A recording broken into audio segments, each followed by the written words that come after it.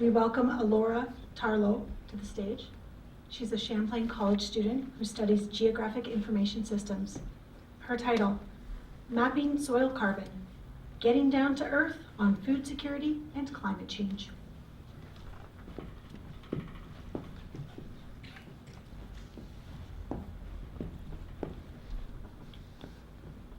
What if I told you that we could be producing food and mitigating climate change at the same time? I want to talk to you about carbon farming. Carbon farming is when agricultural practices are used with the intent of sequestering atmospheric carbon in the soil and keeping it there. From an environmental perspective, carbon can sometimes come off as a bad thing because we know that it's increasing global warming. However, from an agricultural perspective, it can be beneficial because sequestered carbon is converted into soil organic matter. Soil organic matter improves soil structure, which improves retention of water and nutrients. It also reduces erosion, which reduces soil runoff into our local water systems. Thus, carbon farming improves crop yield and reduces atmospheric carbon emissions.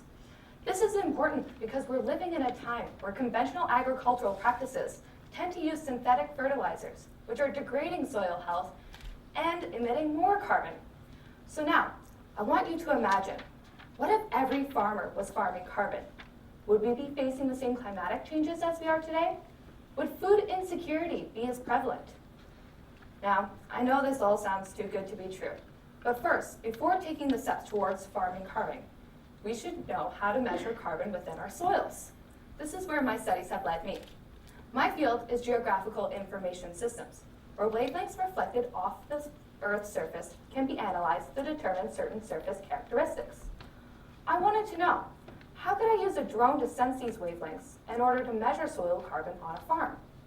Well, first, we obtain soil samples from a farm and reduce the numbers in order to minimize the cost, because this method should be financially accessible. Next, using a drone with a multispectral sensor attached, it flew over the farm when the soil was still bare. I then compared two different methods of creating maps that predict soil carbon. One method uses the light data that was reflected from the farm soils and obtained by the drone. The other uses only the statistical relationships among the soil samples that were collected.